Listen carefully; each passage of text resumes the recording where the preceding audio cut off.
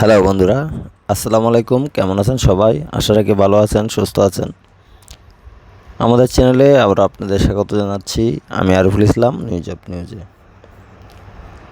বন্ধুরা, দেশ ও দেশের বাইরে থেকে যেখান থেকে আমাদের চ্যানেলটি দেখছেন সবাইকে জানাচ্ছি ভালোবাসা। তো বন্ধুরা, আজকে আমরা যে বিষয়টি নিয়ে আলোচনা করব সেটা হচ্ছে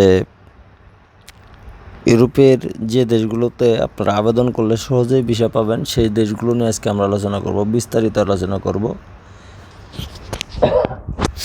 ভিডিওটি প্রথম থেকে শেষ পর্যন্ত না টেনে দেখার আহ্বান রইল। যারা প্রতিনিয়ত আমাদের চ্যানেলগুলো দেখছেন, যে আপনারা জানেন যে আমরা খুব ট্রাস্টেড যে ভিডিওগুলো সেগুলো বানানোর চেষ্টা করি এবং সেগুলো আপনাদের সাথে শেয়ার করি। বিভিন্ন অনলাইন সোর্স থেকে খুঁজে খুঁজে আমরা সুন্দর সুন্দর তথ্যগুলো আপনাদের দেওয়ার চেষ্টা করি। তো 2024 সালে এসে ইউরোপের দেশগুলো, যে দেশগুলোতে খুব সহজেই ভিসা পাওয়া যায়, অনেকেই তো অনেকগুলা দেশ, প্রায় সেনজেনভুক্ত 27টি দেশ আছে আপনারা জানেন। তো ইউরোপের যে দেশগুলোতে খুব সহজেই ভিসা পাওয়া যায় সেই দেশগুলো নিয়ে আজকে মূলত আমরা আলোচনা করব। সেই দেশগুলো সম্পর্কে আপনাদের জানাবো, সেই দেশগুলো কোন কোন দেশে ভিসা পাওয়া সহজ, সেই দেশগুলো সম্পর্কে আজকে আপনাদের তথ্য দেব।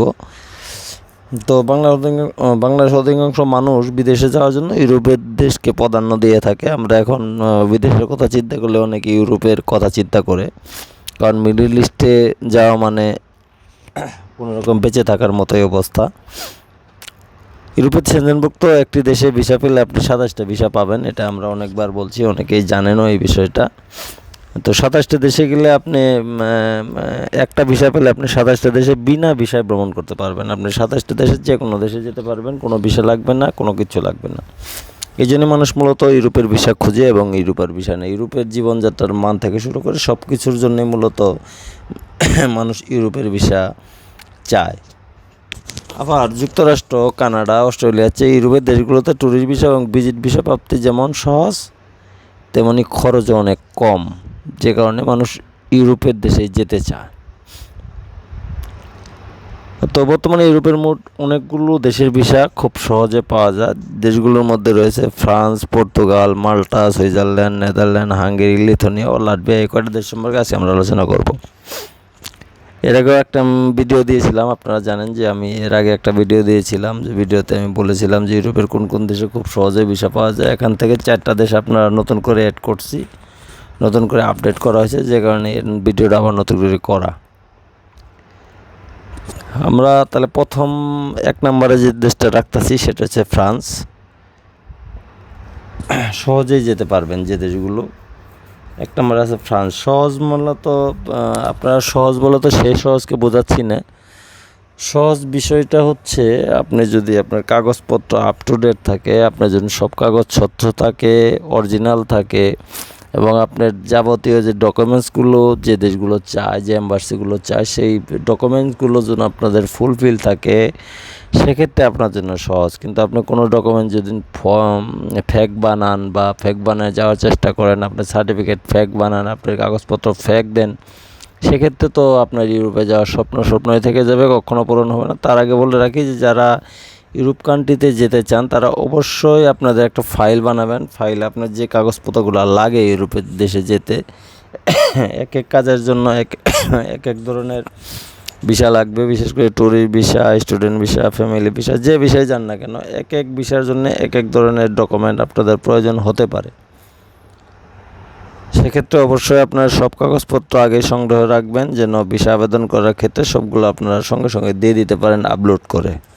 কারণ এখন বেশিরভাগ ইউরোপের দেশের ভিসার জন্য অ্যাপ্লাই করতে হয় অনলাইনে। তো অনলাইনে অ্যাপ্লাই করতে গেলে যে বিষয়টা খেয়াল রাখবেন সেটা হচ্ছে তারা যে ডকুমেন্টগুলো চাবে সেগুলো অবশ্যই অরিজিনাল দেওয়ার চেষ্টা করবেন এবং সেগুলো হাতে রাখবেন, যেন এম্বাসিতে আপনার সেই ফাইলগুলো শো করতে পারেন। দেখা গেলো যে আপনার অনলাইনে দিয়ে দিলেন একটা, কিন্তু শো করতে যায় দেখলেন যে ওই কাগজটা নাই, অন্য কাগজ বাড়াইছে, সেক্ষেত্রে কিন্তু সমস্যায় পড়তে পারেন। তো আপনার অনুরোধ থাকবে যে আপনারা অবশ্যই মূল কাগজগুলো দেওয়ার চেষ্টা করবেন। প্রথমে আমরা আলোচনা করব ফ্রান্স নিয়ে। ফ্রান্স অর্থনৈতিকভাবে বেশ শক্তিশালী একটি দেশ, এটা আমরা সবাই জানি যে ফ্রান্স অনেক ভালো একটি দেশ, অনেক শক্তিশালী একটি দেশ। ফ্রান্সে ট্যুরিস্ট ভিসা পাওয়া যায় সহজেই। আপনার ফ্রান্সের জন্য যদি ট্যুরিস্ট ভিসা অ্যাপ্লাই করেন, সেক্ষেত্রে আপনাকে ফ্রান্সের ট্যুরিস্ট ভিসা অনলাইনে আবেদন করা যায়। আপনার ইচ্ছাগুলো আবেদন করতে পারেন। যদি লিঙ্ক চান, লিঙ্ক কমেন্ট করে জানাবেন, আমি লিঙ্ক দেবো। ফ্রান্সের ট্যুরিস্ট ভিসা খুব সহজেই পাওয়া যায়, তবে সেক্ষেত্রে ভিসা প্রাপ্তির ক্ষেত্রে শর্তগুলো পূরণ করতে হবে। যেটা প্রথমেই বললাম যে আপনারা যে ডকুমেন্টগুলো তারা চাবে, যেমন ফ্রান্সের যদি আপনি সরকারি ওয়েবসাইটে ঢুকেন সেক্ষেত্রে আপনারা বুঝতে পারবেন যে ফ্রান্সের ট্যুরিস্ট ভিসার ক্ষেত্রে কী কী কাগজপত্র কী ডকুমেন্টগুলো চাচ্ছে সেগুলো আপনাকে আগে সংগ্রহ করতে হবে। ফ্রান্সের স্টুডেন্ট ভিসা পাওয়া সহজ, কিন্তু কাজের ভিসা পাওয়া কিছুটা কঠিন, তবে নিয়ম মেনে চেষ্টা করলে খুব সহজেই কাজের ভিসা পেয়ে যাবেন। নিয়ম মেনে কি, নিয়মটা হচ্ছে আপনার যে ডকুমেন্টগুলো তারা চাবে, যে পেপারসগুলো তারা চাবে, সেগুলো আপনাকে একদম তারা যেভাবে চাবে সেভাবে আপনাকে দিতে হবে, তাহলে আপনি সহজে কাজের ভিসা পেয়ে যাবেন। ফ্রান্সের ইতিহাস 1000 বছরের পুরনো, এটা আমরা জানি। এটি রোমান সাম্রাজ্যের একটি অংশ ছিল এবং পরে মধ্যযুগীয় ইউরোপের একটি শক্তিশালী শক্তি ছিল। ফ্রান্সের বিপ্লব, যা 1979 সালে শুরু হয়েছিল, ইউরোপীয় ইতিহাসে একটি গুরুত্বপূর্ণ ঘটনা ছিল। বিপ্লব একটি নতুন সরকারের প্রতিষ্ঠার দিকে পরিচালিত করেছিল, যা মানবাধিকার ধারণাকে সমর্থন করেছিল। ফ্রান্স তার সমৃদ্ধ সংস্কৃতির জন্য বিখ্যাত। ফরাসি ভাষা বিশ্বের সবচেয়ে কথ্য ভাষাগুলোর মধ্যে একটি। ফরাসি সাহিত্য, শিল্প, সঙ্গীত এবং চলচ্চিত্র বিশ্বব্যাপী পরিচিত। ফ্রান্স তার স্যুপ, পাস্তা ও পেস্ট্রির জন্য বিখ্যাত। ফ্রান্সে অনেকগুলো জনপ্রিয় পর্যটন আকর্ষণ রয়েছে, এগুলোর মধ্যে রয়েছে প্যারিস, ফ্রান্সের রাজধানী এবং বৃহত্তম শহর। প্যারিস তার ইতিহাস, সংস্কৃতি এবং প্রাকৃতিক সৌন্দর্যের জন্য বিখ্যাত। তারপর আছে লুভর মিউজিয়াম, বিশ্বের সবচেয়ে বিখ্যাত শিল্প জাদুঘরের মধ্যে একটি। লুভর মিউজিয়ামে মোনালিসা, ভেনুসের জন্ম এবং অন্যান্য দিকে অনেক বিখ্যাত শিল্পকর্ম রয়েছে। প্যারিসের ক্যাথলেক নটর ডেম একটি নতুন গেথিক ক্যাথলেক, যা 12 শতকে নির্মিত হয়েছিল। বাসায় প্রাসাদ, ফরাসি বিপ্লবের আগে ফ্রান্সের রাজাদের বাসস্থান ছিল। তারপর আরও বিভিন্ন তথ্য রয়েছে। তারপরে আসি আমরা দ্বিতীয় যে দেশটার কথা বলবো, সেটা হচ্ছে পর্তুগাল। পর্তুগালকে অভিবাসীদের স্বর্গ বলা হয়, তো এখন আর সেই স্বর্গটা বলা যাচ্ছে না, কারণ হচ্ছে কিছুদিন আগে এই সিস্টেমটা তারা বন্ধ করে দিয়েছে। তো এখন আর পর্তুগালকে অভিবাসীদের স্বর্গ বলা যাবে না। আগে পর্তুগালে গেলে খুব সহজে মানুষ সিটিজেন পাইতো, সহজে গ্রিন কার্ড পাইতো, কিন্তু সেটা আর এখন সম্ভব না, কারণ পর্তুগালের নাগরিকত্ব পাওয়া সহজ ছিল আগে। পর্তুগালে কাজের ভিসা পাওয়া অনেক সহজ, এছাড়া ভ্রমণ ও পড়াশোনার জন্য সহজেই ভিসা পাওয়া যায়। তবে ট্যুরিস্ট ভিসা পেতে আইএলটিএস স্কোর কম, তবে স্টুডেন্ট ভিসা পেতে আইএলটিএস স্কোর কমপক্ষে 6.00 থাকতে হবে। পর্তুগাল দক্ষিণ পশ্চিম ইউরোপের একটি দেশ। এটি ইউবেরীয় উপদ্বীপের পশ্চিম অংশে স্পেনের দক্ষিণ ও পশ্চিমে অবস্থিত। আটলান্টিক মহাসাগরে দেশটির দীর্ঘ উপকূল রয়েছে। পর্তুগালের ইতিহাস হাজার হাজার বছরের পুরানো। তো বন্ধুরা, যারা পর্তুগাল যেতে চান তারাও যেতে পারেন, তবে আরেকটা কথা বলে রাখি, আপনি যে দেশেই যেতে চান না কেন, সেই দেশের সম্পর্কে একটা গুরুত্বপূর্ণ এবং সেই দেশ সম্পর্কে আপনার পরিপূর্ণ ধারণা থাকতে হবে, তাহলে আপনি সেই দেশে যায় খুব আপনার কাজে দিবে সেই দেশে যেয়ে। তো তারপরে আমরা যে দেশ নিয়ে আলোচনা করব সেটা হচ্ছে মাল্টা। খুব কমন একটা নাম এবং অনেকে এই দেশ সম্পর্কে রিসার্চ করেছে অটোমেটিক। মাল্টা ইউরোপের একটি সেনজেনভুক্ত দেশ। বর্তমানে প্রতি বছরে বিভিন্ন দেশ থেকে মাল্টা কাজের উদ্দেশ্যে পাড়ি জমা। ইউরোপের এই দেশে কাজের জন্য ভিসা পাওয়া খুব সহজ, অনেকটাই সহজ বলতে গেলে, কারণ এখন বর্তমানে বাংলাদেশ থেকে প্রচুর পরিমাণ লোক নিচ্ছে মাল্টাতে এবং মাল্টার ভিসা রেশিও হচ্ছে 95%। বর্তমানে বাংলাদেশ ও ভারত থেকে কাজ নিয়ে মাল্টায় যাচ্ছে অনেকেই। এছাড়া ট্যুরিস্ট ও স্টুডেন্ট ভিসা প্রাপ্তিও বেশ সহজ এই দেশে। ইউরোপের অন্য দেশগুলোর তুলনায় মাল্টা যেতে খরচও কম হয় অনেক। মাল্টা ভূমধ্যসাগরে অবস্থিত একটি দ্বীপরাষ্ট্র। এটি 3টি প্রধান দ্বীপ নিয়ে গঠিত: মাল্টা, গেজো এবং কমুইনো। মাল্টা ইউরোপীয় ইউনিয়নের সদস্য এবং রাজধানী ভ্যালেটা। মাল্টার ইতিহাস হাজার বছরের পুরানো, এটি রোমান সাম্রাজ্যের একটি অংশ ছিল।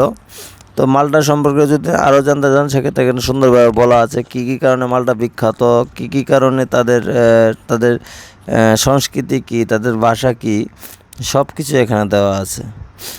মাল্টার মুদ্রা হচ্ছে ইউরো। মাল্টা খাবার তুলনামূলক ব্যয়বহুল হতে পারে। মাল্টার খাবার অনেক দাম। মাল্টা একটি সুন্দর এবং বহুমুখী দেশ, যা পর্যটকদের জন্য কিছু অফার করে। আপনি যদি প্রাকৃতিক সৌন্দর্য, সাংস্কৃতিক বৈচিত্র্য এবং সমৃদ্ধ ইতিহাস উপভোগ করেন, তবে মাল্টা অবশ্যই আপনার জন্য একটি দুর্দান্ত গন্তব্য হতে পারে।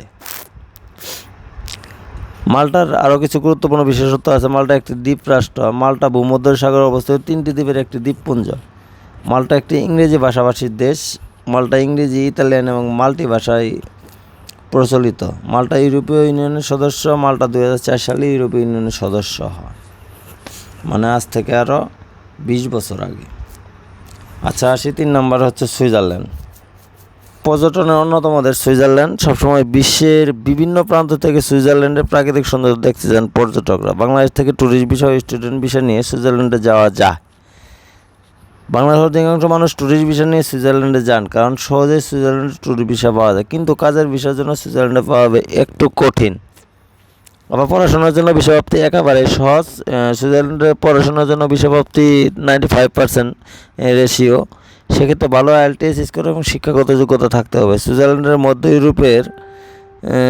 ইউরোপে অবস্থিত একটি দেশ। এটি 4টি দেশের সাথে সীমাবদ্ধ: ফ্রান্স, জার্মানি, ইতালি ও অস্ট্রিয়া। সুইজারল্যান্ড একটি ফেডারেল প্রজাতন্ত্র এবং এর রাজধানী হচ্ছে বার্ন। সুইজারল্যান্ডের ইতিহাস হাজার হাজার বছরের পুরনো। এটি রোমান সাম্রাজ্যের অংশ ছিল। প্রায় সবগুলোই রোমান সাম্রাজ্যের অংশ ছিল, যে 3টা দেশের কথা বললাম। তো আপনারা যারা যেতে চান তারা অবশ্যই যেতে পারেন। তারপরে আসি আমরা হাঙ্গেরি। বাংলাদেশ থেকে হাঙ্গেরিতে পড়াশোনার জন্য ভিসা প্রাপ্তি অনেক সহজ। এক্ষেত্রে অবশ্যই সকল শর্ত পূরণ করতে হবে। সেই শর্তগুলো বেশ সহজ। এছাড়া হাঙ্গেরিতে কাজের জন্য ভিসা চালু করা হচ্ছে। বাংলাদেশের পররাষ্ট্র মন্ত্রণালয়ের তথ্য অনুযায়ী দেখা গেছে 2021 সালে আবেদনকারীর মধ্যে 95% হাঙ্গেরির ভিসা পেয়েছে। তার মানে 95% রেশিও হচ্ছে 95%। 100 জন আবেদন করলে 5 জন বাতিল পড়ে আর 95 জন যায়।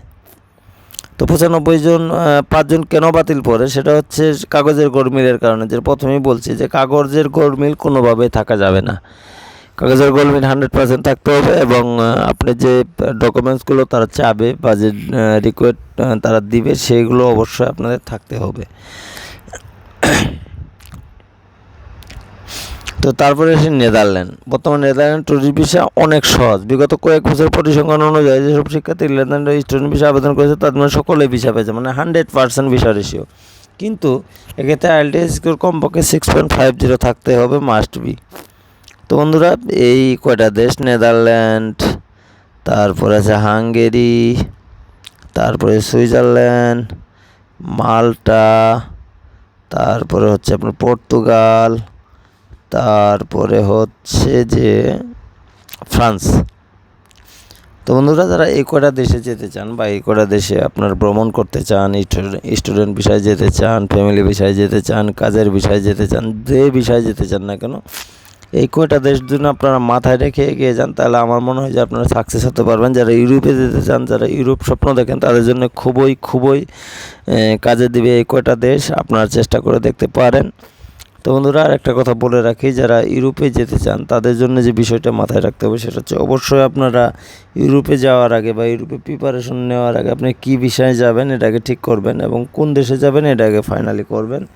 করার পরে আপনারা এগোবেন। তো আগুনের ক্ষেত্রে বাংলাদেশে অনেক ইউরোপের যে এজেন্সিগুলো আছে, যেগুলো জানি এখানে প্রতারিত হওয়ার সম্ভাবনা বেশি থাকে, কিন্তু যারা ইউরোপে যেতে চান তারা অবশ্যই আমাদের চ্যানেলে একটি ভিডিও দেওয়া আছে যে বাংলাদেশের যে যারা ইউরোপে যে এজেন্সিগুলো আপনাদের নিয়ে যায় বা বাংলাদেশ থেকে যারা প্রতিরত নিচ্ছে তাদের একটা লিস্ট আমি আমার ভিডিওতে দেওয়া আছে। আমার চ্যানেলে ঘুরলেই আপনারা পাবেন। তো আপনারা আশা রাখি সেখানে ভিডিও নাম্বার, মোবাইল নাম্বার সহ, ঠিকানা সহ দেওয়া আছে, আপনারা সেখান থেকে পেয়ে যাবেন।